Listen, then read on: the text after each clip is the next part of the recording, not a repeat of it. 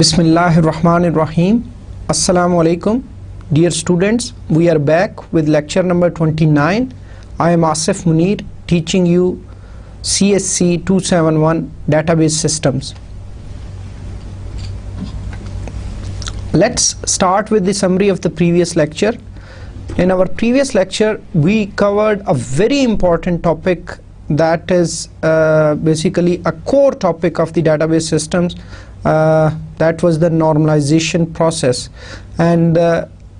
we covered the prerequisites for normalization in our earlier lecture. That was the functional dependencies and some types of functional dependencies, and we identified how basically these functional dependencies are identified, and what is the relationship and what are the different types of functional dependencies. In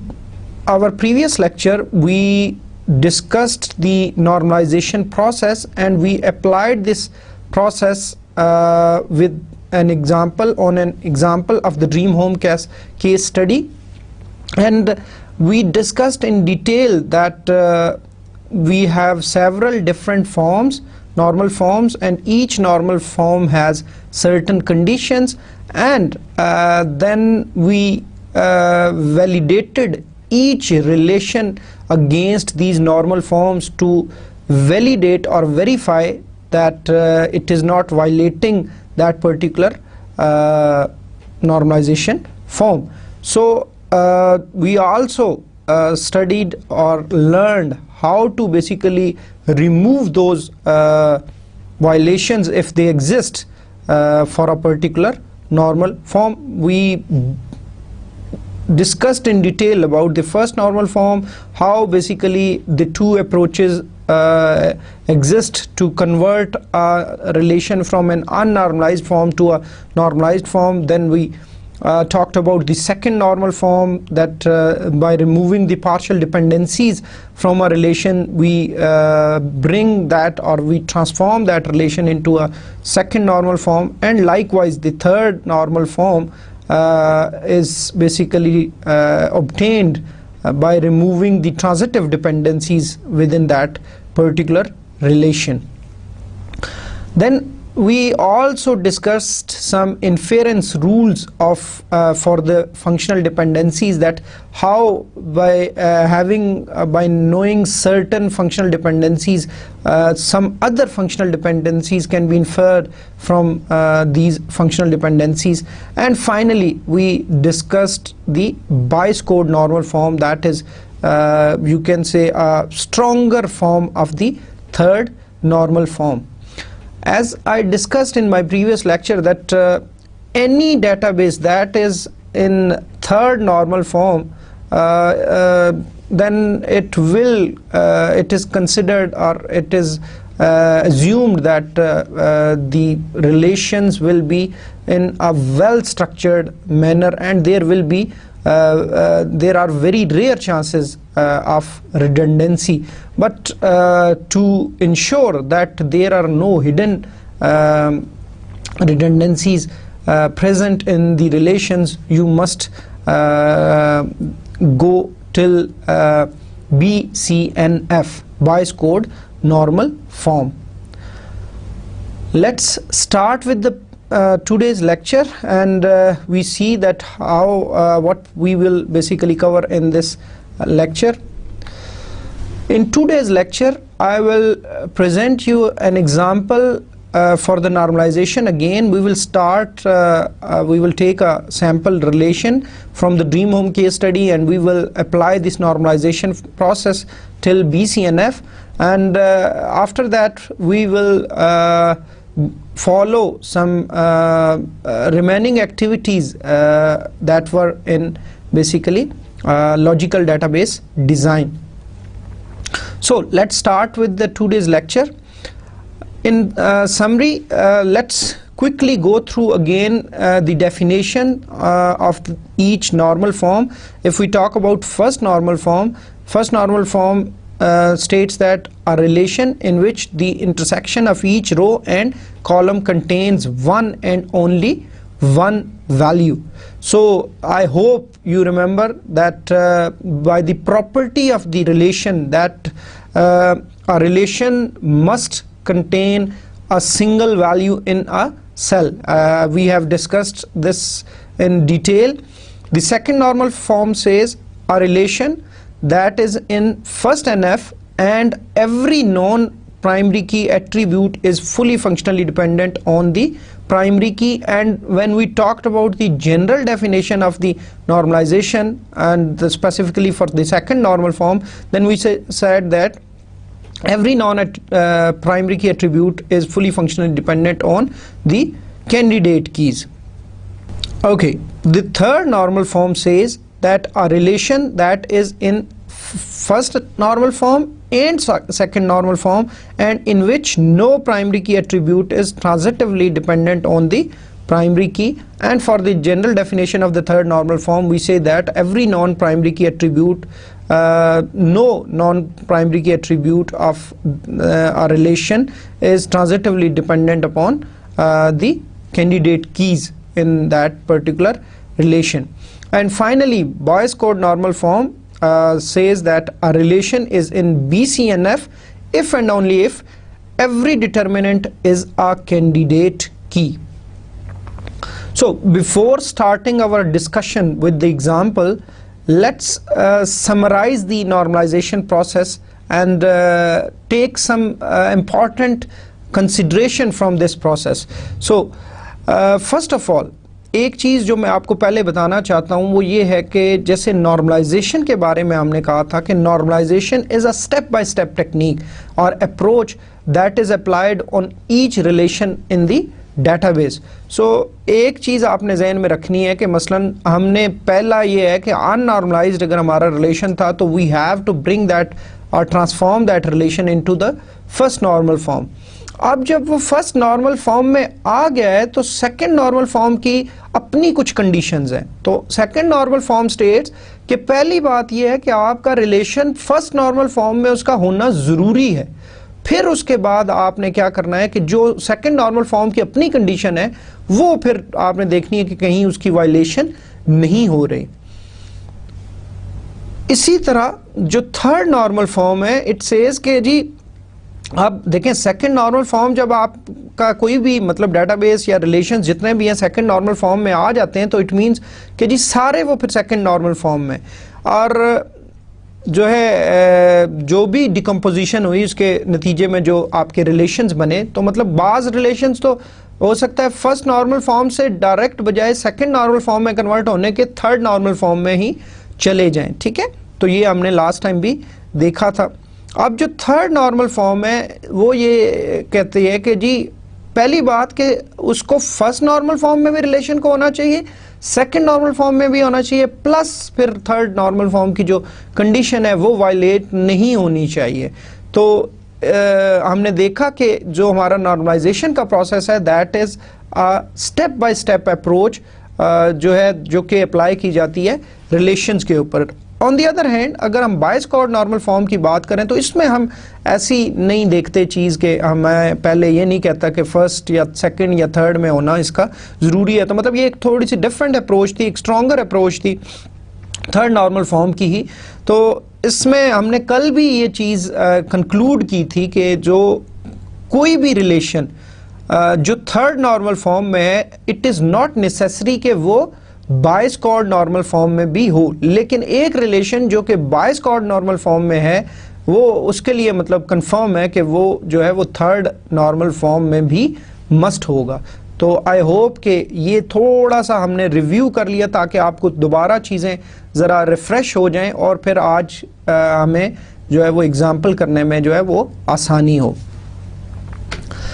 let's start with the example. जो dream home हमारी case study है इसके अंदर देर are some times के जी property की inspection की जाती है by the staff members of a particular branch. जो भी मतलब वो फिर जाके देखते हैं कि उस प्रॉपर्टी के अंदर कोई क्या क्या इश्यूज़ हैं. तो मसलन अगर हम ये मुख्तलिफ फॉर्म्स जो या डॉक्यूमेंटेशन जो पड़ी हुई थी तो जो प्रॉपर्टी इंस्पेक्शन रिपोर्ट्स थी सारी उनसे हमने एक टेबल जो है वो ट्रांसफॉर्म किया और इस टेबल को, इसमें मसलन देखें आप इस रिपोर्ट के अंदर अब बहुत सारी इंफॉर्मेशन पड़ी है, जैसे प्रॉपर्टी नंबर पड़ा हुआ है किसी भी स्पेसिफिक प्रॉपर्टी का, उसका एड्रेस पड़ा हुआ है, फिर इंस्पेक्शन डेट है, उसका इंस्पेक्शन टाइम है, तो कमेंट्स क्या दिए थे उसके बारे में, स्टाफ नंबर कौन सा था जिसने इंस्पेक्ट किया, स्टाफ का नेम क्या था, और कार अगर उसने यूज़ की थी, डेफिनेटली वो कार में गया होगा कंपनी की, तो उसका रजिस्ट्रेशन नंबर क्या था। तो मतलब ये सारी जो है इस हवाले से इंफॉर्मेशन जो है वो इसके अंदर स्टोर्ड होगी, इसके अंदर जो है वो मौजूद होगी। तो इसको जब हमने टेबल में ट्रांसफॉर्म किया तो हम देखते हैं कि हम ये प्रॉपर्टी नंबर, जो इंस्पेक्शन डेट है, इंस्पेक्शन टाइम है, property address, comments, staff number, staff name और कार रजिस्ट्रेशन, तो ये हमारा जो है ये एक टेबल बन जाता है। और इसका डाटा भी आप रखना चाहें तो आप रख सकते हैं। लेकिन चूंकि हम अब चूंकि ऑलरेडी हम एक आध एग्जांपल नॉर्मलाइजेशन की कर चुके हैं और मुख्तलिफ जो उसकी प्रॉपर्टीज़ थी उनको भी इंडिविजुअली देख चुके हैं, तो देन हम अब डायरेक्टली फंक्शनल डिपेंडेंसीज की तरफ आते हैं। तो फंक्शनल डिपेंडेंसीज अगर देखें तो आप देख सकते हैं कि जी प्रॉपर्टी नंबर हमें पता हो और इंटरव्यू डेट पता हो तो बाकी तमाम एट्रीब्यूट जो है उससे हम डिड्यूस कर सकते हैं। और ये जो बाकी जितने भी आपके एट्रीब्यूट्स हैं, जैसे इंटरव्यू टाइम हो गया, प्रॉपर्टी एड्रेस हो गया, comments, staff number, staff name, car registration, they are functionally dependent on both these attributes, जो कि प्रॉपर्टी नंबर है और इंस्पेक्शन डेट है। और दैट्स वाई मतलब that is the most appropriate जो हमारी प्राइमरी की बन सकती है, तो हमने इसी को एज अ प्राइमरी की भी ले लिया है। उसके बाद हमें एक पार्शियल डिपेंडेंसी नज़र आती है कि जो प्रॉपर्टी का एड्रेस होता है, मतलब प्रॉपर्टी नंबर पता है तो प्रॉपर्टी का एड्रेस जो है वो डिड्यूस किया जा सकता है, वो डिटरमिन किया जा सकता है, तो there exist a partial dependency. Likewise एक ट्रांजिटिव डिपेंडेंसी एग्जिस्ट करती है जी कि हमारा जो स्टाफ नेम है वो स्टाफ नंबर पे जो है वो डिपेंड करता है, लेकिन हमें पता है कि जो सारे एट्रीब्यूट्स हैं वो किस पे डिपेंड करते हैं, वो आपके प्रॉपर्टी नंबर या इंस्पेक्शन डेट पे करते हैं। तो इट मीन्स कि staff name is dependent, transitively dependent upon property number और इंस्पेक्शन डेट पे एज अ होल और वाया किसके, स्टाफ नंबर के। Likewise there is another dependency के if you know the inspection date and you know the staff number, तो आप उससे exactly मतलब डिड्यूस कर सकते हो जी कि उसको कौन सी कार जो है वो अलॉट होगी या हुई थी, ठीक है। तो मतलब आप इसके ऊपर भी, लेकिन ये अब एक स्पेशल टाइप की डिपेंडेंसी है जो कि पार्शियल इसलिए नहीं है क्योंकि इसमें देखें कि ये जो कार रजिस्ट्रेशन है दैट इज डिपेंडेंट नॉट मतलब completely dependent upon the part और सबसेट ऑफ द प्राइमरी की। मतलब बेशक ये आई डेट पे जो है इंस्पेक्शन डेट के ऊपर डिपेंडेंट है, लेकिन उसके अलावा एक स्टाफ नंबर का एट्रीब्यूट भी है that is not part of the primary की। तो मतलब एक चीज आपने जहन में रखनी है कि जो आपकी पार्शियल डिपेंडेंसी होती है उसके लिए जरूरी है कि वो तमाम एट्रीब्यूट जो भी पार्शियली डिपेंडेंट है they should only dependent on the subset of the primary की। तो मतलब इस सूरत में अब ये पार्शियल डिपेंडेंसी इसीलिए नहीं है क्योंकि ये स्टाफ नंबर पे भी डिपेंड कर रहा है और सिर्फ आई डेट पे कर रहा होता तो फिर ये पार्शियल डिपेंडेंसी होती, ठीक है। तो इसलिए ये पार्शियल डिपेंडेंसी नहीं है। इसके अलावा हमारे पास एक और डिपेंडेंसी एग्जिस्ट करती है जी कि अगर आपको इंटरव्यू का डेट पता है, इंटरव्यू का टाइम पता है और कार रजिस्ट्रेशन पता है, तो आप बाकी जो तमाम एट्रीब्यूट्स हैं वो सारे उससे मतलब आप उनके लिए एक एग्जैक्टली वन वैल्यू एग्जिस्ट करती है। अगर इन तीन वैल्यूज़ के अगेंस्ट हम देखें और वी सेड के जी ये एक हमारी कैंडिडेट की है। लाइकवाइज जो हमारी फंक्शनल डिपेंडेंसी नंबर 6 है उसमें हम देखते हैं कि स्टाफ नंबर हमें पता हो, इंस्पेक्शन डेट पता हो, इंस्पेक्शन टाइम पता हो, तो हम प्रॉपर्टी का भी मतलब देख सकते हैं कि किस प्रॉपर्टी को वो इंस्पेक्ट करने गया था, उसका एड्रेस भी डिड्यूस कर सकते हैं और क्या कमेंट्स उसने दिए थे उसके बारे में वो भी डिड्यूस कर सकते हैं। तो ये सारी चीज़ें भी जो है हम इनसे जो है वो कंक्लूड कर सकते हैं। तो there exist basically different functional dependency जो हमने यहाँ से आइडेंटिफाई कर ली। तो let's basically apply the normalization process on this relation. तो इसमें अगर हम देखें तो ये हमारी सारी जो है ये आपको नज़र आ रही हैं, वही सारी फंक्शनल डिपेंडेंसीज हैं। तो हमें पता है कि हम जो है हम अगर इसको फर्स्ट नॉर्मल फॉर्म से सेकंड नॉर्मल फॉर्म में लेके जाना चाहते हैं तो we just need to remove the partial functional dependencies. तो पार्शियल फंक्शनल डिपेंडेंसी एक ही हमें नजर आ रही थी जी कि जो प्रॉपर्टी एड्रेस है that is dependent upon subset of the primary key which is property number plus inspection date. तो हमने इसको उठाया, इसके एट्रीब्यूट प्लस डिटर्मिनेंट समेत जो है हमने इसको एक डिफरेंट रिलेशन के अंदर रख दिया। तो then it is transformed into basically the first से, अब मतलब फर्स्ट नॉर्मल फॉर्म में तो पहले ही हमने एज्यूम किया था कि there were no repeating groups. तो फर्स्ट से हमने सेकंड में जाने के लिए just what we did basically कि we remove the partial functional dependencies from this relation. तो अब जो हमें रिजल्टेंट रिलेशन मिले वो दो मिले, एक प्रॉपर्टी का जिसके दो एट्रीब्यूट्स हैं, एक प्रॉपर्टी नंबर और उसका प्रॉपर्टी एड्रेस है, and property number is the primary key, और जो प्रॉपर्टी इंस्पेक्शन है उसके अंदर प्रॉपर्टी नंबर है, इंस्पेक्शन डेट है, इंस्पेक्शन टाइम है, स्टाफ नंबर है, स्टाफ नेम है और कार रजिस्टर्ड है। और जो प्रॉपर्टी नंबर है that is part of the primary key plus जो है वो it is acting as the foreign key as well. तो मतलब ये दोनों चीजें जो है वो कर रहा है। अब जब हमने जब ये कर लिया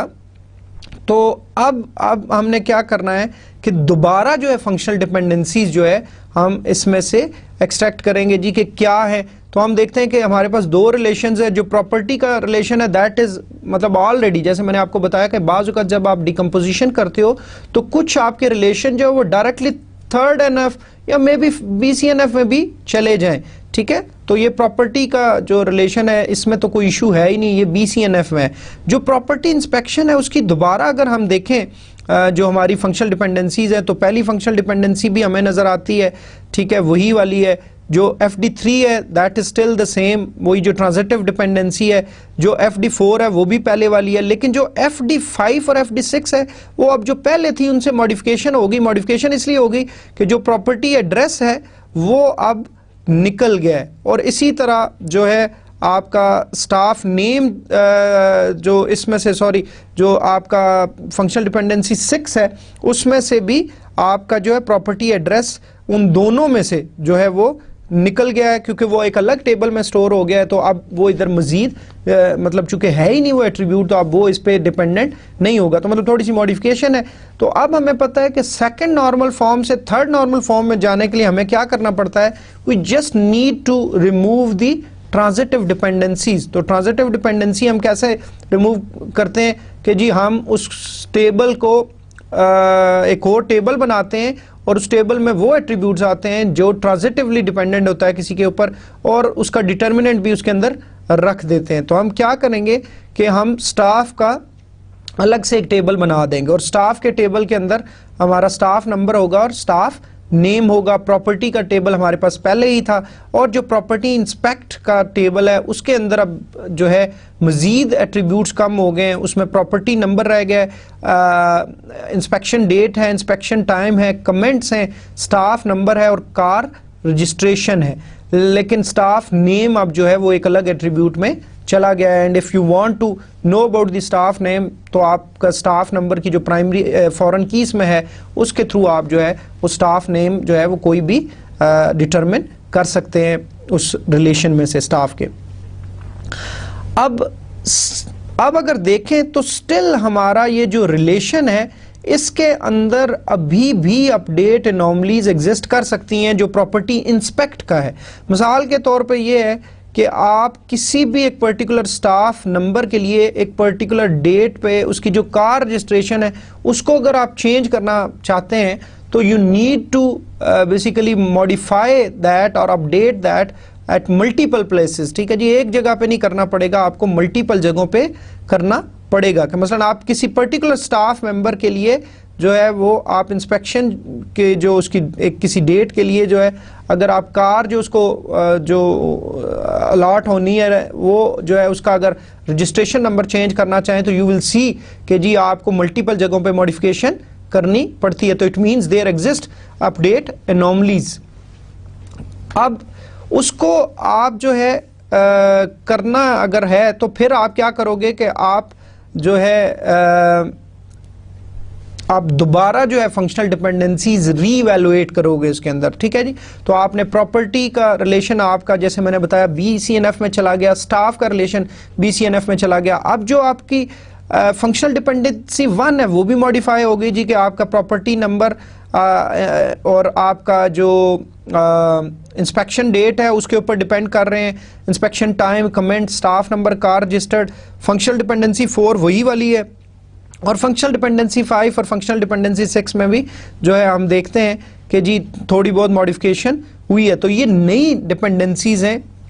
जो कि प्रॉपर्टी इंस्पेक्ट के टेबल के हवाले से हैं। तो जो BCNF है, BCNF की डेफिनेशन बड़ी क्लियर थी। अब इसमें हम देखते हैं कि जो पहली हमारी फंक्शनल डिपेंडेंसी है वो प्राइमरी की वाली है, जो दो बाकी F5 और FD5 और FD6 हैं वो हमारी कैंडिडेट कीज है। लेकिन जो फंक्शनल डिपेंडेंसी 4 है वो जो है कैंडिडेट की नहीं है, क्योंकि उसमें डुप्लीकेशन हो सकती है कि एक स्टाफ जो है पर्टिकुलर स्टाफ मेंबर जो है वो एक ही डेट के ऊपर मल्टीपल प्रॉपर्टीज को इंस्पेक्ट कर सकता है। तो it is not basically a candidate की, तो क्योंकि इसमें रेपिटेशन हो सकती है। तो अब आपने क्या करना है कि आपके लिए जो BCNF की जो आपकी कंडीशन थी वो ये थी कि तमाम जो डिटर्मिनेंट्स हैं लेफ्ट हैंड साइड पे हैं फंक्शनल डिपेंडेंसी के एट्रीब्यूट्स या set of attributes, they must be candidate keys, ठीक है जी। तो ये हमारी कंडीशन वायलेट हो रही है। तो हम क्या करेंगे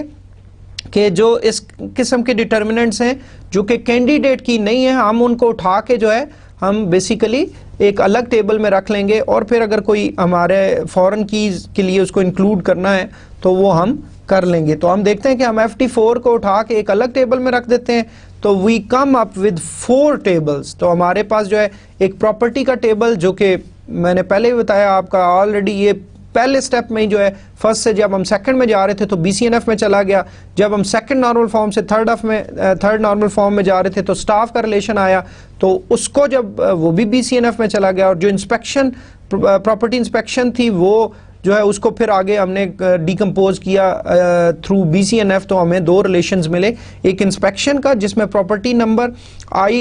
इंस्पेक्शन डेट जो है ये हमारे एज अ प्राइमरी की काम कर रहे हैं, इंस्पेक्शन टाइम है, कमेंट्स हैं और स्टाफ नंबर है, और एक स्टाफ कार का रिलेशन जो है हमारा बन गया जिसमें कि जी कौन सा स्टाफ मेंबर किस इंस्पेक्शन डेट के दिन जो है कौन सी कार लेके जाता है। तो ये उसकी सारी इंफॉर्मेशन जो है इसके अंदर मेंटेन हो जाएगी। तो अब जो अगर हम अपने सारे रिलेशंस को देखें तो ये सारे के सारे रिलेशंस जो हैं वो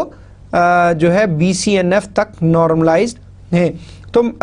एक जो दूसरी अप्रोच इसमें हम फॉलो कर सकते थे कि हम अगर स्ट्रेट अवे इसको BCNF में कन्वर्ट करने की कोशिश करते तो तब भी हमें रिजल्ट जो है वो यही मिलता, मतलब हमें स्टेप्स को फॉलो करने की ज़रूरत नहीं होती। ये इसका जो ब्रेक डाउन है डिकम्पोजिशन का कि स्टाफ प्रॉपर्टी इंस्पेक्शन था फर्स्ट नॉर्मल फॉर्म में, जब सेकंड नॉर्मल फॉर्म में गए तो प्रॉपर्टी इंस्पेक्शन टेबल हमें मिला और प्रॉपर्टी का मिला, और look at the property table के वो सीधा BCNF लेवल तक नॉर्मलाइज है। जब हमने सेकंड नॉर्मल फॉर्म से थर्ड नॉर्मल फॉर्म में कन्वर्ट किया या ट्रांसफॉर्म किया तो हमें दो टेबल उस प्रॉपर्टी इंस्पेक्शन से मिले, क्योंकि प्रॉपर्टी का तो ऑलरेडी वो मतलब BCNF तक था, तो उससे हमें एक प्रॉपर्टी इंस्पेक्ट का मिला और स्टाफ का रिलेशन मिला जो कि अगेन BCNF के अंदर था। तो प्रॉपर्टी इंस्पेक्ट का जो हमारा थर्ड नॉर्मल फॉर्म वाला रिलेशन था, जब हमने उसको जो है वो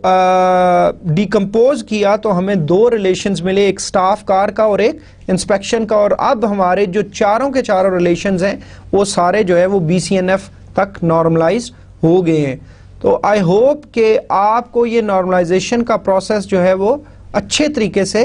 क्लियर हो गया होगा। लेकिन जैसे मैं आपको पहले भी बता चुका हूं कि द बेस्ट वे और to master this process basically कि आपके पास इसकी स्किल्स बड़ी अच्छी हो जाए आपकी, तो you need to practice a lot जितनी एग्जांपल्स हैं मुख्तलिफ आपकी टेक्स्ट बुक में या रेफरेंस बुक्स में, आप उनको भी जो है ज़रा देख सकते हैं, फिर मुख्तलिफ जो एक्सरसाइजेज हैं उनको सॉल्व कर सकते हैं। डेफिनेटली आपको असाइनमेंट्स मिलेंगी इस हवाले से,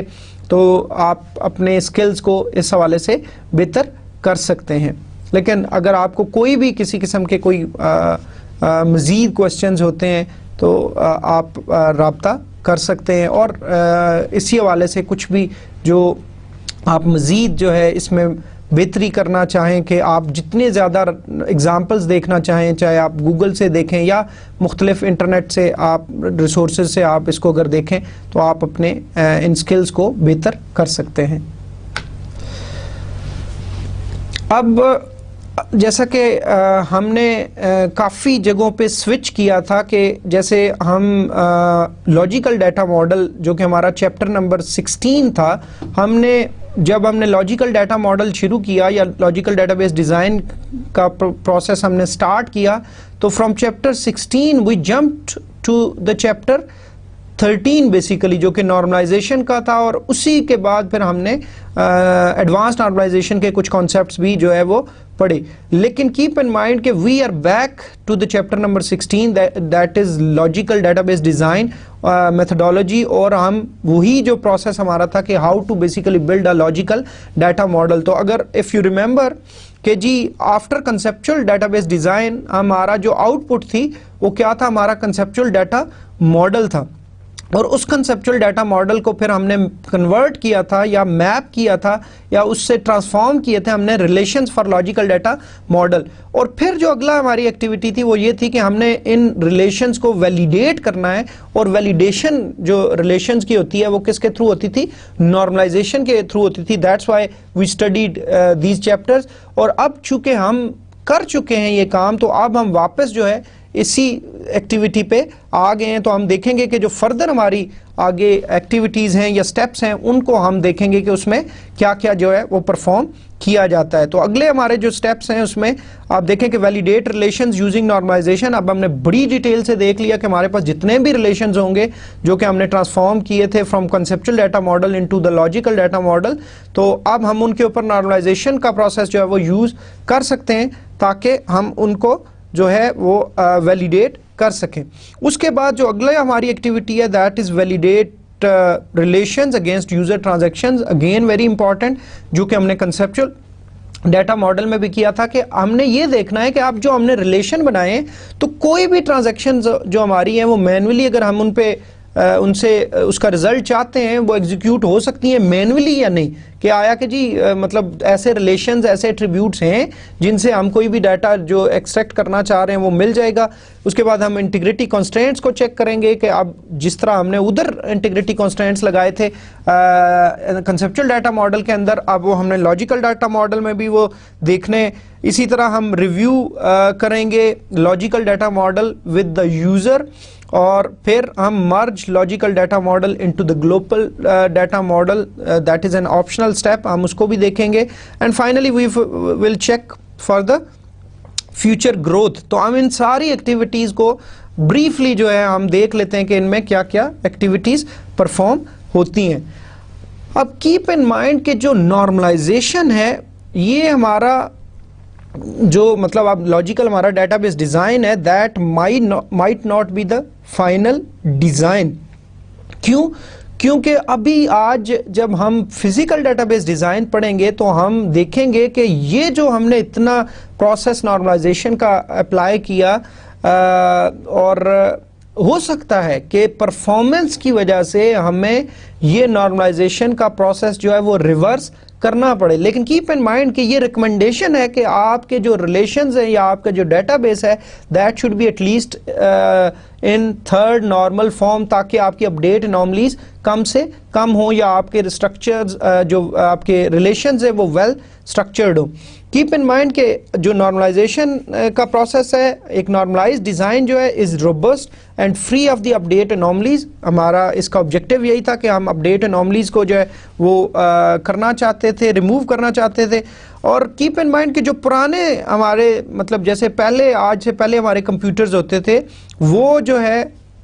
उसमें कोई बाज़ औक़ात ये था कि उनकी प्रोसेसिंग पावर इतनी ज़्यादा नहीं होती थी, तो उस टाइम शायद हमें परफॉर्मेंस के इशू आए। लेकिन आजकल जिस तरह बहुत पावरफुल कंप्यूटर्स हैं, तो मतलब अगर आपके वेल स्ट्रक्चर्ड रिलेशन है, नॉर्मलाइज्ड डेटाबेस डिज़ाइन है, तो शायद मतलब ये इतना फ़र्क नहीं पड़ेगा उस चीज़ का परफॉर्मेंस वाइज। लेकिन स्टिल मतलब अगर कोई परफॉर्मेंस का इशू आता है तो we might go for the reverse process of normalization, जो कि हम आगे के लेक्चर्स में देखेंगे। इसके ऊपर काफ़ी हम डिटेल में डिस्कशन करेंगे। Keep in mind normalization produces a flexible scalable design. Flexible scalable से मुराद ये है कि अब कोई नई अगर रिक्वायरमेंट्स चेंज होती हैं तो आपका ये डिज़ाइन जो है फिर उन नए चेंजेस को जो है वो बेसिकली अकोमोडेट कर सकता है अगर नॉर्मलाइज्ड होगा। तो अगर नहीं होगा नॉर्मलाइज्ड तो फिर उसमें बहुत सारे इश्यूज आ सकते हैं, वो इतना ज़्यादा फ्लेक्सिबल नहीं होगा। जो नेक्स्ट हमारी एक्टिविटी है, जैसे मैंने बताया कि you have to validate these relations. अब आपने रिलेशंस बना लिए हैं using the database definition language, जिसके अंदर आपने रिलेशंस बता दिए, एट्रीब्यूट्स बता दिए और प्राइमरी कीज, फॉरेन कीज बता दी, अल्टरनेट कीज बता दी। तो नाउ आपने कोई भी जो ट्रांजैक्शन उस सिस्टम के हवाले से हैं तो आपने देखना है कि ये मैनुअली ट्रांजैक्शंस जो है उनका हमें आंसर मिलेगा उस रिलेशनल मॉडल से, लॉजिकल डाटा मॉडल से, या नहीं मिलेगा। तो दैट्स इट, मतलब यही आपने इस जो है वो जो है स्टेप या इस एक्टिविटी के अंदर परफॉर्म करना है कि मसलन आपने ये देखना है कि कोई भी सैंपल ऑफ ट्रांजैक्शन जो सिस्टम से रेलेवेंट हो सकती हैं, आप वो मैनुअली देख सकते हैं कि आया कि कौन कौन से रिलेशंस में से क्या क्या ऑपरेशन उस पर परफॉर्म करेंगी, कोई जॉइन लगाना पड़ेगा उस पर्टिकुलर ट्रांजैक्शन के लिए, कौन कौन से एट्रीब्यूट्स होंगे, कोई मतलब बाकी सारी जो डिटेल्स हैं आप मैनुअली आपने उस चीज़ को वेरीफाई करना है कि आपकी ट्रांजैक्शंस जो है वो जो है वो एग्जीक्यूट हो रही हैं या नहीं। जो नेक्स्ट हमारी एक्टिविटी है दैट इज कि you have to check for the integrity constraints. और इंटीग्रिटी कॉन्स्ट्रेंट जैसा कि हमने कॉन्सेप्चुअल डाटा मॉडल के अंदर भी डिफाइन किए थे, now you need to include these constraints in the logical data model as well. कि जी आप देखें एक चीज बड़ी क्लियर है कि जो आपका कंसेप्चुअल डाटा मॉडल था वो बेसिकली वो एक डिफरेंट वे में था, एक डिफरेंट फॉर्म में था, वो ER के मॉडल के फॉर्म में था या एडवांस्ड या इनहेंस्ड जो ER मॉडल था उसकी फॉर्म में हो सकता है। लेकिन अब आप ये देखें कि हमारा ऑब्जेक्टिव क्या था कि जो हमारा कंसेप्चुअल डाटा मॉडल भी हो वो ट्रू रिप्रेजेंटेशन हो ऑफ द एंटरप्राइज या उस ऑर्गेनाइजेशन का जिसके अंदर के तमाम यूजर्स जो हैं उनकी रिक्वायरमेंट्स को वो फुलफिल कर रहा हो। तो इस चीज़ को आपने बड़ा क्लियरली समझना है कि अगर कुछ कॉन्स्ट्रेंट्स उधर हमने मतलब इंक्लूड किए थे अपने ER डायग्राम्स के अंदर ताकि वो ट्रू रिप्रेजेंटेशन जो है वो प्रोवाइड कर सके, तो वही वाले अब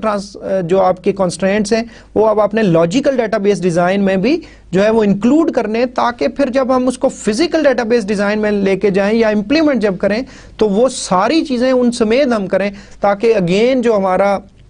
जो लॉजिकल डेटाबेस मॉडल भी हो वो भी इंश्योर करे इस चीज़ को कि it is the true representation of the all users of that particular enterprise. तो अगर हम देखें तो कॉन्स्टेंट्स हमने मुख्तलिफ किस्म के देखे थे। जो पहला हमारा कॉन्स्टेंट था रिक्वायर्ड डाटा का, मीन्स के नल फील्ड नहीं हो सकती, नल वैल्यूज उसमें स्टोर नहीं हो सकती, मस्ट है कि कोई रिक्वायर्ड वैल्यूज हों, ठीक है, आप उसको ब्लैंक नहीं छोड़ सकते, उनको आपको नॉट नल करना पड़ेगा। एट्रीब्यूट डोमेन कॉन्स्ट्रेंट के जी आप जिस तरह मसलन कोई जिनके आप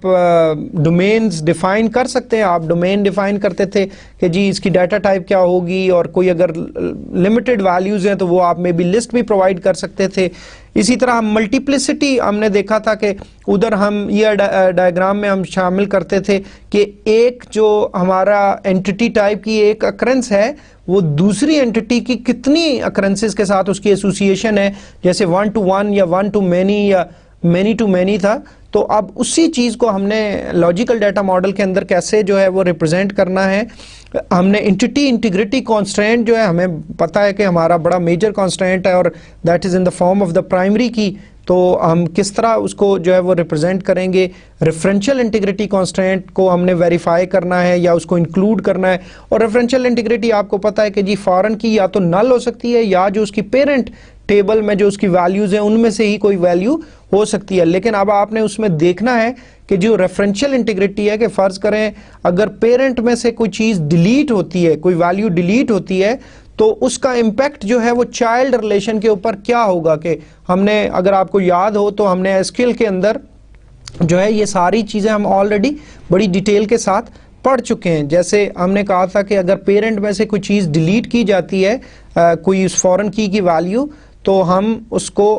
जो है वो कैस्केड की ऑप्शन दे सकते हैं कि उधर से भी जितने भी उसके डिपेंडेंट्स हैं वो भी चाइल्ड में से जो है वो सारे डिलीट हो जाएं या अपडेट हो जाएं। हम अगर उधर से डिलीट करते हैं तो सेट नल कर सकते हैं, उधर नल सेट कर दो, या हम नो एक्शन के जी आप उसको प्रिवेंट करो अगर कोई भी डिपेंडेंट्स मौजूद हैं, या जो है डिफ़ॉल्ट भी हमने डिस्कस किया था कि अगर कोई डिफ़ॉल्ट वैल्यू हो तो फिर वो उसकी वो हो जाएगी। तो मतलब ये सारी चीज़ें जो है आप जो है अपने लॉजिकल डाटा मॉडल के अंदर इंक्लूड करेंगे। और फाइनली जनरल कॉन्स्टेंट्स, जो कि ये तो कुछ कॉन्स्टेंट्स है जो कि हमारे स्पेसिफिक थे, लेकिन जनरल कॉन्स्टेंट्स भी जो कि उस सिस्टम के हवाले से हो सकते हैं कि उस बिजनेस के, उस ऑर्गेनाइजेशन के क्या पर्टिकुलर रूल्स हैं, रेगुलेशंस हैं, वो जो है वो भी आपने जो है वो इंक्लूड करने होते हैं अपने लॉजिकल डाटा मॉडल के अंदर। बल्कि हमने देखा था कि हमने उसमें भी जो है जो पॉसिबल हैं हम जो है वो जनरल कॉन्स्टेंट्स भी उसके अंदर डिफाइन करते हैं। अब आप इंटीग्रिटी कॉन्स्टेंट्स को देखें तो आप देख सकते हैं इस स्लाइड के अंदर कि हम प्राइमरी की, ये हमारा एंटिटी इंटीग्रिटी कॉन्स्टेंट है, इसी तरह हमारा जो फॉरेन की का कांस्टेंट है, फिर आगे रेफरेंशियल इंटीग्रिटी में हम देख रहे हैं कि ऑन अपडेट के लिए कैस्केड है, ऑन डिलीट के लिए सेट नल है स्टाफ के केस में, एंड सो ऑन। तो मतलब ये सारी जो चीज़ें हैं आप इसको डॉक्यूमेंट कर लेंगे ताकि फिर आप जब इसी मतलब क्योंकि ये जो आपका लॉजिकल डेटाबेस डिज़ाइन है that will act as a input for the next phase. तो मतलब आपका फिर जो कम्युनिकेशन है या जो इनपुट है वो अगर सही होगी तो जो अगला फेज होगा फिर वो आपका प्रॉपरली जो है वो एग्जीक्यूट हो जाएगा। एक और इम्पॉर्टेंट चीज जो हमने पीछे कंसेप्चुअल डाटा मॉडल के अंदर भी की थी कि you need to review your data model with the user, that is very important. क्यों? क्योंकि यूजर ही आपको बता सकता है कि वाकई ये वाला डाटा मॉडल जो है that is the true representation of the enterprise की जो रिक्वायरमेंट्स हैं उसको ट्रूली रिप्रेजेंट कर रहा है या नहीं कर रहा। तो इसमें अब जो है आपके पास मल्टीपल टेक्निक्स हो सकती हैं जो कि आप यूज़ कर सकते हो, जिसमें आपकी जो लॉजिकल डाटा मॉडलिंग है जो कि आपका रिलेशनल डाटाबेस की फॉर्म में होगा। इसी तरह आप जो है डाटा फ्लो डायग्राम्स भी यूज़ कर सकते हैं, ठीक है, यूज़र रिक्वायरमेंट स्पेसिफिकेशन के लिए for basically creating a model that is effective और जो कि एक अनएम्बिगुअस रिप्रेजेंटेशन है उस ऑर्गेनाइजेशन की तमाम रिक्वायरमेंट्स की। तो मतलब आपने इस चीज़ को इंश्योर करना होता है कि बेसिकली जो आपका लॉजिकल डाटा मॉडल है that is a true representation of all the users requirements of that enterprise. तो आपने इस चीज़ को जो है वो यूज़र के साथ जब आप बैठ के डिस्कस करेंगे इस मॉडल को, और फिर मे बी अगर कोई मिसिंग चीज़ें हैं तो वो उसमें से आप आइडेंटिफाई कर सकते हैं, और फिर अगर कोई रेपिटेशन करनी है तो वो चीज़ आप कर सकते हैं।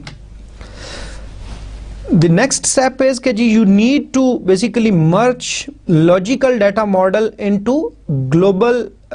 Logical data model. अब कीप इन माइंड कि ये हमारा ऑप्शनल स्टेप है। अगर आपका जो डेटाबेस सिस्टम है उसके अंदर एक ही यूज़र व्यू है तो फिर तो इसकी ज़रूरत नहीं पड़ेगी, लेकिन आपको पता है कि हमारे सिस्टम के अंदर मल्टीपल यूज़र व्यूज़ थे। जैसे हमने एक स्टाफ का यूज़र व्यू बनाया था और एक ब्रांच का यूज़र व्यू बनाया था, तो हमने व्यू इंटीग्रेशन अप्रोच यूज़ करके हमने इंडिविजुअल जो हमारे ये जो व्यूज़ थे इनके लिए हमने ER मॉडल और प्लस उनकी जो है वो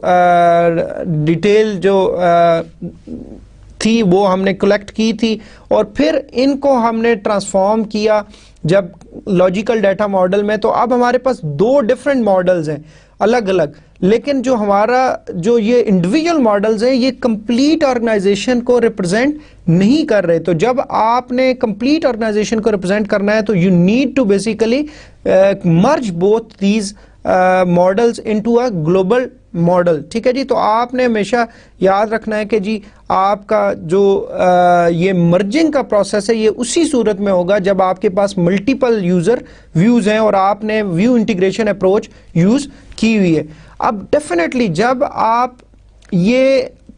मर्ज करेंगे और आपको ग्लोबल डाटा मॉडल मिलता है तो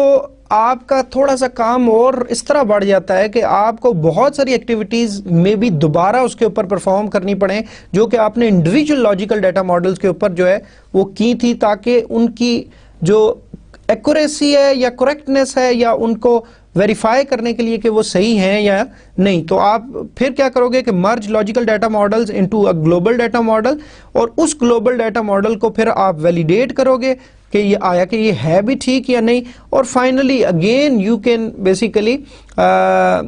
डिस्कस और review this global logical data model with the user, ताकि मतलब वही जो सारे स्टेप्स हमने इंडिविजुअल लोकल मॉडल्स के लिए किए थे वो अब हम जो है वो ग्लोबल डाटा मॉडल के लिए करेंगे, ताकि अगेन जो हमारा मकसद है वो बहुत क्लियर है कि हमारा जो वो मॉडल है that is the true representation of the entire organization और एंटायर एंटरप्राइज। तो अगर उसकी रिक्वायरमेंट्स को वो फुलफिल कर रहा है तो इससे जो है हमारा मसला हल हो जाएगा।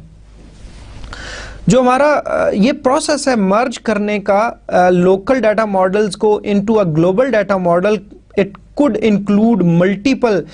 sub activities, जैसे you need to review the names and contents of the entities or relations and their candidate keys, कि आपने उन सब को देखना है कि कहीं जो रिपीट हो रही हैं उनको एक दफ़ा लिखना है, मतलब एक दफ़ा रिप्रेजेंट करना है, और जो नहीं रिपीट हो रही है उनको आपने अलग अलग इंडिविजुअली करना है। Review the names and contents of the relationships and foreign keys, merge entities relations from the local data models, include without merging entities or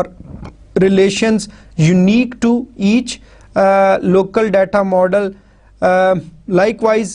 merge relationships or foreign keys from the local data models, include without merging relationships foreign keys unique to each local data model, check for missing entities, relations and relationships foreign keys, check for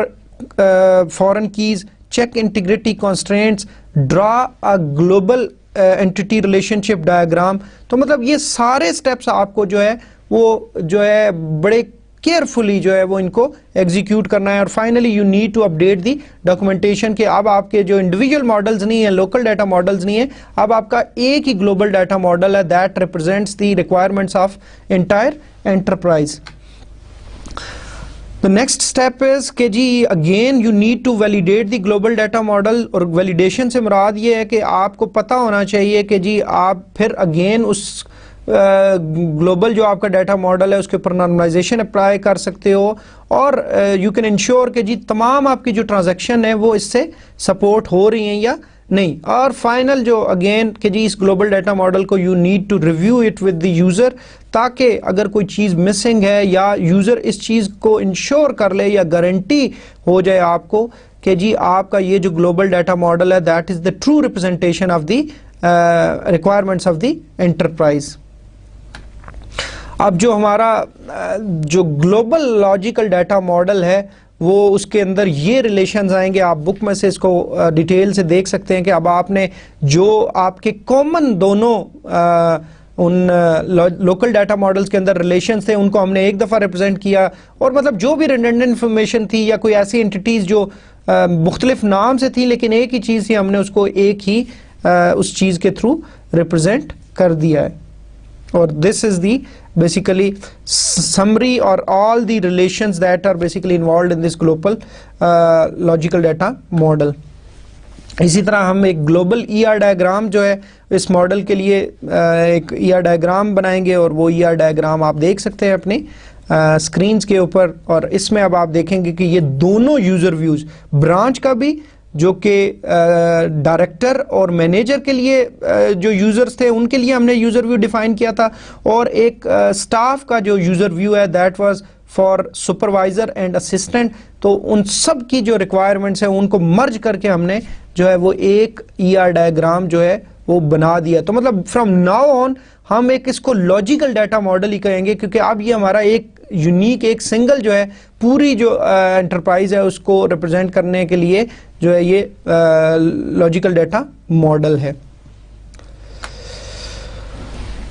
आपने इस चीज का भी ख्याल रखना है कि आपका जो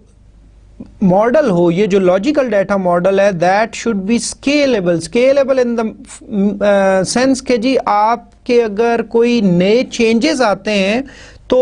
फिर उनको भी ये अकोमोडेट कर सके। और कीप इन माइंड कि अगर आपका जो ये लॉजिकल डाटा मॉडल है, if it is basically supporting only the current requirements of that organization, तो definitely फिर अगर उस organization में मुख्तलिफ किस्म के changes आते हैं तो ये उनको शायद अकोमोडेट ना कर पाए। तो अगर अकोमोडेट नहीं कर पाएगा तो इसका जो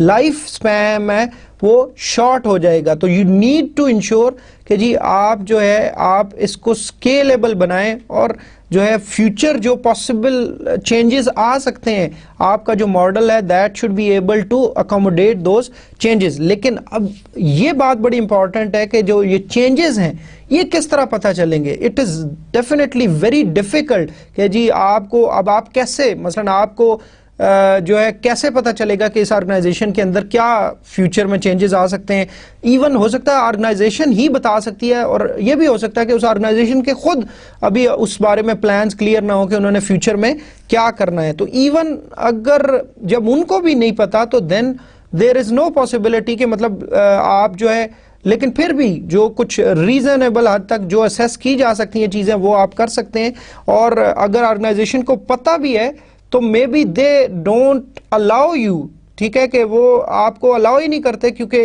it requires extra time plus resources in terms of money, या आप कहोगे कि आपका डिज़ाइन ऐसा होगा कि जो आपका स्केलेबल होगा तो उसके लिए डेफिनेटली आपको फिर थोड़ा और ज़्यादा काम करना पड़ेगा। तो ये चीज़ें जो है वो शायद अलाउ भी ना करें। एंड कीप इन माइंड कि जी अगर इस किस्म का कोई काम आपने करना भी है उस लॉजिकल डेटाबेस डिज़ाइन के अंदर, तो you should always ask your client, और जो आपका कस्टमर है, जो यूज़र है, उससे पहले आप कंफर्मेशन करें कि आया कि वो इस तरह चाहता है या नहीं। तो मतलब अगर आप अपनी तरफ से ये सारा काम कर लेते हो लेकिन यूज़र में भी वो डिनाई कर दे कि मैंने तो आपसे नहीं कहा था ये चीज़ें करने को, हमने तो आपसे ऐसा कुछ कहा ही नहीं, तो मतलब you should, if there are some opportunities के जी आप उसके अंदर स्केलेबिलिटी के हवाले से आप जो फ्यूचर चेंजेस हैं उनको आप अगर असेस कर लेते हो तो आप अपने यूज़र को, अपने क्लाइंट को बता सकते हो, और फिर उसकी मर्ज़ी है and you can ask for extra compensation के जी आप इसके अगेंस्ट आपको ये इतने रिसोर्सेज हमारे इस्तेमाल होंगे तो यू हैव टू पे मे बी एक्स्ट्रा। तो इन चीज़ों का आपने ख्याल रखना है। Dear students, that's it for the logical database design. जो अगला हमारा टॉपिक है वो फिजिकल डेटाबेस डिज़ाइन का है, और चूंकि हम रिलेशनल डेटाबेस की बात कर रहे हैं तो हमारा जो फिजिकल डेटाबेस डिज़ाइन भी होगा that will be relevant to relational databases. This is chapter number 17। और जैसे मैं पहले डिस्कस कर चुका था कि हमारा जो डेटाबेस डिज़ाइन जो है that is basically divided into 3 सब फेजेस, जिसमें हमारा कंसेप्चुअल डेटाबेस डिज़ाइन है या कंसेप्चुअल जो डाटा मॉडल उसमें बनाते हैं, फिर हमारा लॉजिकल डेटाबेस डिज़ाइन था उसमें हम लॉजिकल डेटाबेस मॉडल बनाते हैं, और फिर अब उस लॉजिकल डेटाबेस डिज़ाइन से हम अगले डिज़ाइन पे जाएंगे जो कि फिजिकल डेटाबेस डिज़ाइन है। अब अगर दोबारा मैं थोड़ा सा आपको रिमाइंड कराऊं कि इन 3 सब फेजेस के दरमियान फ़र्क क्या था, तो जो हमारा कंसेप्चुअल डेटाबेस डिज़ाइन था उसमें हम तमाम किस्म की कंसिडरेशंस को कंसिडर नहीं करते कि डीबीएमएस कौन सा होगा, मॉडल हम उसके अंदर जो अंडरलाइंग है वो कौन सा होगा, हम हाई लेवल के ऊपर बात करते हैं। हम जस्ट ये देखते हैं कि उस सिस्टम के अंदर किस किस्म की एंटिटीज़ इन्वॉल्व होंगी और उनका आपस में रिलेशनशिप क्या होगा, या उनकी थोड़ी सी फिर फर्दर डिटेल्स, और हम उसको रिप्रेजेंट करने के लिए हमने ईआर मॉडलिंग का सहारा लिया था, या इन्हांस्ड ईआर मॉडलिंग का जो कॉन्सेप्ट थे वो उसको इंक्लूड उसके अंदर किए थे। अब जो अगला हमारा लॉजिकल डेटाबेस डिज़ाइन का जो फेज़ था उसमें एटलीस्ट डीबीएमएस का बेशक हमें ना पता हो, लेकिन हम अंडरलाइंग जो डाटा मॉडल है उसका हमें क्लियर था कि आया कि हमने जी रिलेशनल मॉडल के ऊपर हमारा ये बेस करेगा या नेटवर्क मॉडल के ऊपर बेस करेगा या हिरारिकल के ऊपर बेस करेगा, तो हम जो है हमें ये चीज़ क्लियर होना ज़रूरी थी, और बाकी फिजिकल कंसिडरेशंस के हवाले से हमें कोई पता होने की ज़रूरत नहीं है कि वो किस तरह एक्चुअली इंप्लीमेंट किया जाएगा, ये सारी चीज़ें। लेकिन जो फिजिकल डेटाबेस डिज़ाइन है, इसकी खास बात यह है कि अब जो हमने लॉजिकल डेटाबेस डिज़ाइन को ट्रांसफॉर्म करना है फिजिकल डेटाबेस डिज़ाइन के अंदर, कीप इन माइंड कि ये इंप्लीमेंटेशन नहीं है, लेकिन अब उस इंप्लीमेंटेशन के लिए प्रिपरेशन करनी है हमने कि किस तरह हमने सेकेंडरी स्टोरेज पे इसको रिप्रेजेंट करना है। तो मतलब अब जो आपकी सारी इंफॉर्मेशन होगी इस डिज़ाइन के अंदर, that will be specific to a particular database management system, कि हमने देखना है जी कि वो रिलेशन जो है, अगर हमने जो लॉजिकल डेटाबेस डिज़ाइन में हमें बने हैं, वो कैसे जो है वो बेसिकली क्रिएट किए जा सकते हैं यूजिंग अ पर्टिकुलर DBMS या बाकी कोई भी जो उसकी इंटीग्रिटी कॉन्स्ट्रेंट्स हैं या बाकी सारी उससे रेलिवेंट चीज़ें हैं, वो उस पर्टिकुलर DBMS के हवाले से किस तरह वो जो है उसको सपोर्ट उसकी अवेलेबल है उस DBMS के अंदर। तो मतलब आपको एक चीज़ ज़हन में रखनी है कि जो आपका फिजिकल डेटाबेस डिज़ाइन है, that is specific to a DBMS। हम इसको मतलब DBMS की कंसिडरेशन के बगैर नहीं करते। हम देखेंगे कि जी हमारे पास ये वाला DBMS है, उसमें ये फीचर्स अवेलेबल है, और मे बी इस टाइम तक हमने DBMS जो है वो डेफिनेटली उसकी भी चॉइस जो है या वो सिलेक्शन कर ली होगी। तो अब हमें जो है वो ये क्लियर होना चाहिए कि हमारा जो है जो फिजिकल डेटाबेस डिज़ाइन है वो that will be particular to that particular DBMS। अब लॉजिकल और फिजिकल डेटाबेस डिज़ाइन को अगर हम कंपेयर करें तो उसमें हम ये देखते हैं कि जो हमारा फिजिकल डेटाबेस डिज़ाइन के लिए जो सोर्स है that is logical data model, और लॉजिकल डाटा मॉडल के अंदर हमारे पास बहुत सारी चीज़ें हैं। जैसे हमारे पास लॉजिकल डाटा मॉडल के अंदर रिलेशंस हैं, हमारे पास बाकी जो डॉक्यूमेंटेशन है, मे बी ER डायग्राम्स भी हमारे पास हैं, एंड सो ऑन। जो बाकी डाटा डिक्शनरी के हवाले से भी सारी इंफॉर्मेशन है वो सारी मौजूद है। लेकिन कीप इन माइंड के logical database design is concern with the what, कि जी क्या उसमें इंक्लूडेड है, जबकि जो फिजिकल डेटाबेस डिज़ाइन है it is concerned with the how, के how we will actually implement these relations। तो मसलन जो हमारा लॉजिकल जैसे डाटा मॉडल था उसके अंदर या डिज़ाइन था हमारा, उसके अंदर हम ये देखते थे कौन कौन से रिलेशंस होंगे, उनके क्या क्या एट्रीब्यूट्स होंगे, क्या कंस्ट्रेंट्स होंगे। लेकिन फिजिकल डेटाबेस डिज़ाइन की जब हम बात करेंगे तो हम कहेंगे कि ये सारी चीज़ें हम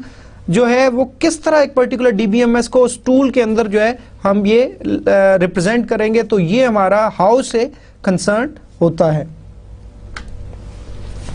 जो फिजिकल डेटाबेस डिजाइन है, it is a process of producing a description of the implementation of the database on secondary storage. ये इसकी एक फॉर्मल सी डेफिनेशन है कि basically you need to prepare for storing your data on the secondary storage, और जो कि again इसकी इनपुट क्या है, आपका लॉजिकल डेटाबेस डिजाइन है। Keep in mind it describes the base relations, के जी आपके बेस रिलेशंस जो कि प्योरली एक रिलेशनल डेटाबेस की या रिलेशनल मॉडल की जो टर्मिनोलॉजी है। What kind of file organization will be used, indexes that will be used to achieve efficient access to the data, and any associated integrity constraints and security measures. So these are all the activities और basically ये सारी चीज़ें जो हैं ये आपकी concern की हैं फिजिकल डेटाबेस डिज़ाइन के अंदर। फिजिकल डेटाबेस डिज़ाइन की जब भी हम बात करते हैं या किसी भी मसलन देखें हम किसी भी डिज़ाइन के वो जो सब फेज़ थे, जैसे कंसेप्चुअल डाटा मॉडल था या हमारा लॉजिकल डाटा मॉडल था, हर एक का एक पर्टिकुलर ऑब्जेक्टिव होता था और उस ऑब्जेक्टिव को हम फिर अचीव करते थे। तो जो फिजिकल डेटाबेस डिज़ाइन का जो ऑब्जेक्टिव है, अब देखें जो कंसेप्चुअल डाटा मॉडल का ऑब्जेक्टिव था कि हमारी ट्रू रिप्रेजेंटेशन हो, मतलब वो तमाम एंटिटीज़ और उनके एट्रीब्यूट्स, उनके आपस में रिलेशनशिप्स, जो उनसे रेलेवेंट कॉन्स्ट्रेंट्स हैं, वो सारे आइडेंटिफाई किए जाए कंसेप्चुअल डाटा मॉडल के अंदर। अब जो हमारा लॉजिकल डाटा मॉडल था, लॉजिकल डाटा मॉडल का भी ऑब्जेक्टिव ये था कि हमारा जो लॉजिकल डाटा मॉडल है that should be again the true representation of that particular enterprise और उसकी रिक्वायरमेंट्स का, और तमाम जो ट्रांजैक्शन उससे पॉसिबल हैं वो हो सकें, और जो भी हमारे फिर जो कंस्ट्रेंट्स हैं वो सारे उसके अंदर जो है हमारे उसके अंदर शामिल होने चाहिए। अब एक चीज़ जो मैंने पहले भी थोड़ी देर पहले आपसे डिस्कस की थी कि ज़रूरी नहीं है कि जो आपने लॉजिकल डाटा मॉडल बनाया वो एज इट इज़ आपका फिजिकल डाटाबेस डिज़ाइन में ट्रांसफॉर्म हो। क्यों? क्योंकि जो लॉजिकल डाटा मॉडल की रिक्वायरमेंट्स या ऑब्जेक्टिव्स कुछ डिफरेंट थे कि जी हमारे उसका ऑब्जेक्टिव यह था कि हमारे जो रिलेशनल जो लॉजिकल मॉडल है, बेसिकली चूंकि हम रिलेशनल डाटाबेस पढ़ रहे हैं तो जो लॉजिकल डाटा मॉडल है उसके नतीजे में जो हमारे रिलेशंस बने वो नॉर्मलाइज्ड हों। लेकिन जैसे हम फिजिकल डाटाबेस डिज़ाइन में देखेंगे कि हम ज़रूरी नहीं है कि वो जो हमने चीज़ें पहले कही थी वो उसी तरह इंप्लीमेंट करें। लेकिन कीप इन माइंड कि हम हरगिज़ ये नहीं कह रहे कि आप जो है नॉर्मलाइजेशन ना करें, ये हरगिज़ ऐसा नहीं है। नॉर्मलाइजेशन एक टेक्निक है, एक अप्रोच है that is used to basically bring your relations into a well structured format या एक सूटेबल फॉर्म में लेके आते हैं। और उसका फ़ायदा हमें क्या था कि हमारी अपडेट नॉर्मलीज जो है वो कम से कम होती थी। लेकिन जो फिजिकल डाटाबेस डिज़ाइन है इसके ऑब्जेक्टिव्स कुछ और हैं, और मे बी इन ऑब्जेक्टिव्स को अचीव करने के लिए जो काम हमने लॉजिकल डाटाबेस डिज़ाइन में किए थे वो हमें उनको वायलेट करना पड़े। तो मतलब इन चीज़ों को हम बड़ी डिटेल से बहरहाल डिस्कस करेंगे, लेकिन ये नुक्ता बहुत इंपॉर्टेंट है कि इस जो फेज़ का जो ऑब्जेक्टिव है वो ये है कि हमने अपना जो डेटाबेस है वो इस तरह स्टोर करना है कि ताकि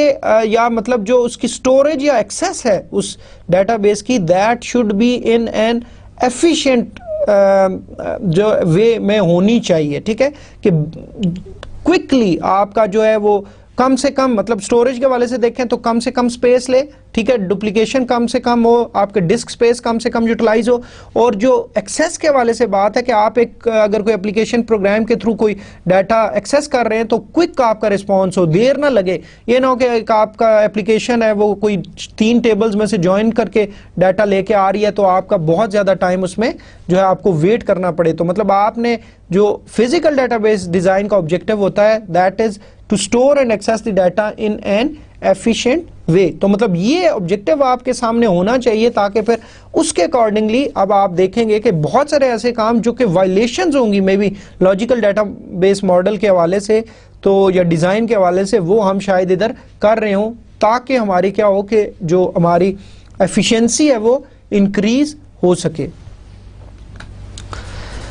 जो हमारी फिजिकल डाटाबेस डिज़ाइन की मेथोडोलॉजी है, अगेन उसके अंदर बहुत सारी एक्टिविटीज़ इन्वॉल्व हैं। हम इन एक्टिविटीज़ को ज़रा डिटेल से देख लेते हैं कि जी हमारी जो पहली एक्टिविटी है दैट इज़ कि जी अब आपके पास अगेन इस फेज़ के लिए इनपुट मौजूद है। और इनपुट क्या है? आपका लॉजिकल डाटाबेस डिज़ाइन है जिसके अंदर आपके जो है रिलेशंस हैं इन नॉर्मलाइज्ड फॉर्म्स, आपकी ईआर डायग्राम्स भी हैं ग्लोबल डाटा मॉडल के हवाले से, और आपके कॉन्स्ट्रेंट्स और सारी वो जो डॉक्यूमेंटेशन है वो आपकी अवेलेबल है। अब आपने उसको लेके उसको ट्रांसफॉर्म करना है, कन्वर्ट करना है इनटू फिजिकल डाटाबेस डिज़ाइन के लिए आपने सारी डॉक्यूमेंटेशन प्रिपेयर करनी है that will be tailored to a specific DBMS। तो keep in mind you need to translate logical data model for the target DBMS के you need to basically convert that logical data model in accordance with a particular DBMS के उसको उस particular DBMS में कैसे represent करते हैं। अब उसमें main activities उसकी सब activities देखें तो पहली activity क्या है कि जो उसके लिए base relations है उनको design करना है। You need to design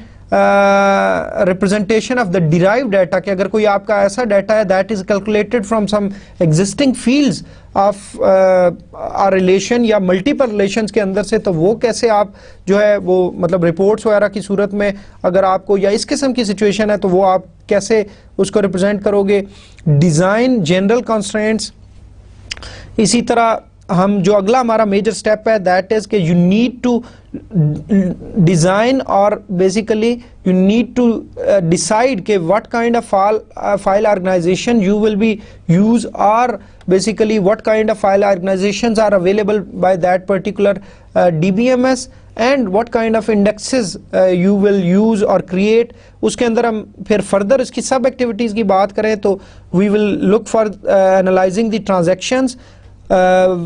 file organization आपने कौन सी यूज करनी है, लेकिन हम इन चीजों को डिस्कस करेंगे कि बहुत सारी इसमें से चीजें जो है दैट आर डिपेंडेंट अपॉन अब दी डीबीएमएस के डीबीएमएस कौन कौन सी फीचर्स देता है, कौन सी नहीं देता। You have to look for the indexes के जी आपने कौन से इंडेक्सेस जो है इस्तेमाल करने, estimate disc space requirements, design user views is another major activity that is in physical database design methodology के आपके कौन कौन से यूज़र व्यूज़ हैं, आपने उनको डिज़ाइन करना है, डिज़ाइन सिक्योरिटी मैकेनिज्म्स, और you need to consider the introduction of controlled redundancy, जो कि मैं अगेन आपको पहले डिस्कस कर चुका हूँ कि हो सकता है कि हम खुद से, अब देखें हमने लॉजिकल डाटा मॉडल के अंदर हम क्या करते आए, हमारा ऑब्जेक्टिव ये था कि रिडंडेंसी मिनिमाइज करनी है ताकि अपडेट एनॉमलीज ना हो, ठीक है, लेकिन अब आके हम शायद ये करें कि हम खुद से इंट्रोड्यूस करवाएं रिडंडेंसी, लेकिन ये अगेन यहाँ पे ऑब्जेक्टिव क्या है कि परफॉर्मेंस हमें बहुत बेहतर चाहिए, और परफॉर्मेंस के लिए हो सकता है बाज जो हम उन चीज़ों को वायलेट करना भी पड़े तो हम फिर करेंगे, लेकिन keep in mind that are not basically that is not a compulsion के जो नॉर्मलाइजेशन है वो एक तरह से आपकी रिकमेंडेशन है कि जी आपने करनी है, लेकिन ये जो चीज़ें हैं जो कि हम फिजिकल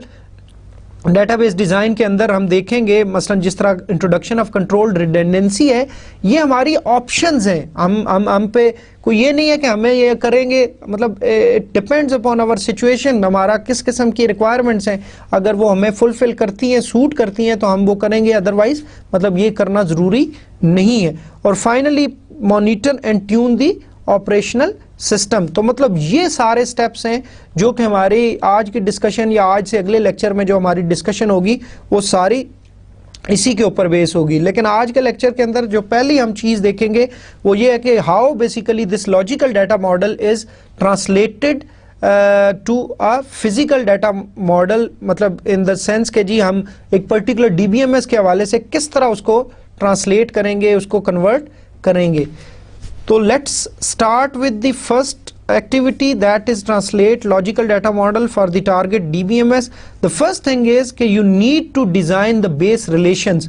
अब पहली बात है, अब आपके पास रिलेशन सारे मौजूद है जो कि लॉजिकल डाटा मॉडल के अंदर हैं आपके पास, ठीक है जी, आपके रिलेशंस के नाम भी मौजूद हैं, उनके एट्रीब्यूट्स भी मौजूद हैं, उनके जो प्राइमरी कीज़ के हवाले से भी डिटेल मौजूद है, फॉरेन कीज़ के हवाले से भी मौजूद है, लेकिन अब आपने ये देखना है कि उस रिलेशन को अब उस पर्टिकुलर डीबीएमएस जो भी सपोज अब आपने सिलेक्ट किया, जैसे हम कहें माइक्रोसॉफ्ट एसक्यूएल सर्वर है या ओरेकल है या माइक्रोसॉफ्ट एक्सेस है, जो भी है उसके अंदर अब उसको क्रिएट करने के क्या तरीके हैं, कौन कौन सी ऑप्शंस अवेलेबल हैं, डाटा टाइप्स, मसलन फ़र्ज़ करें हमने अगर थोड़ा बहुत हमने पहले ये किया भी था कि जो हमारी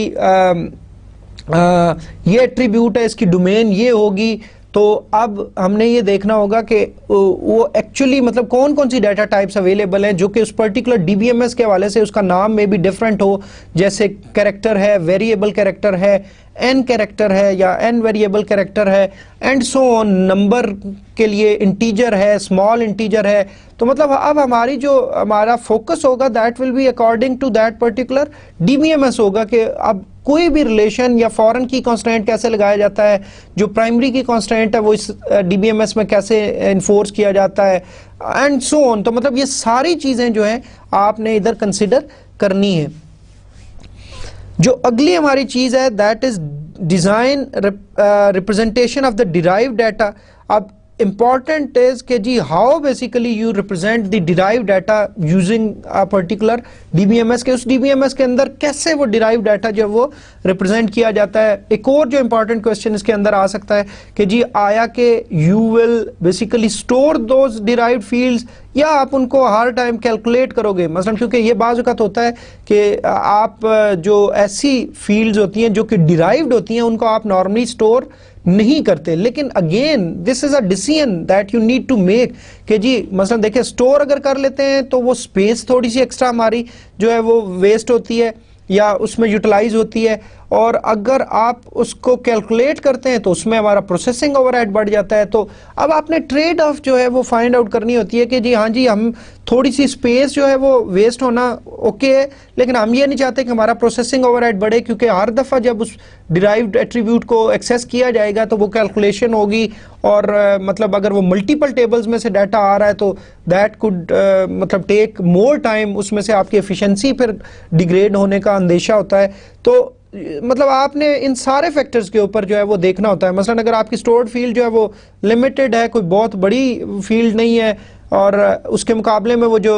फील्ड जिनसे डाटा आ रहा है वो मल्टीपल जॉइन से आ रहा है, तो मतलब हो सकता है आप इस चीज़ को प्रेफर करो कि जो है आप उसको स्टोर ही कर लो। तो मतलब ये डिसीजन जो है ये आपने जो है एज अ डेटाबेस डिज़ाइनर जो है वो आपने देखने होते हैं कि आया कि जो है ये चीज़ हमें इसको एक डिराइव्ड एट्रीब्यूट को स्टोर करना है, या उसको जो है हमने हर दफ़ा रन टाइम पे उसको कैलकुलेट करवाना है। जो फाइनल हमारा इसके अंदर सब एक्टिविटी है that is design general constraints. Keep in mind के कॉन्स्ट्रेंट दो तरह के हैं। एक तो मसलन जो कुछ हमारे जो होंगे वो DBMS हमें प्रोवाइड करेगा, जैसे एंटिटी इंटीग्रिटी कॉन्स्टेंट है कि आपने कह दिया जी ये हमारी प्राइमरी की है तो वो उस चीज़ को खुद ही करेगा। रेफरेंशियल इंटीग्रिटी कॉन्स्टेंट है, वो खुद से मतलब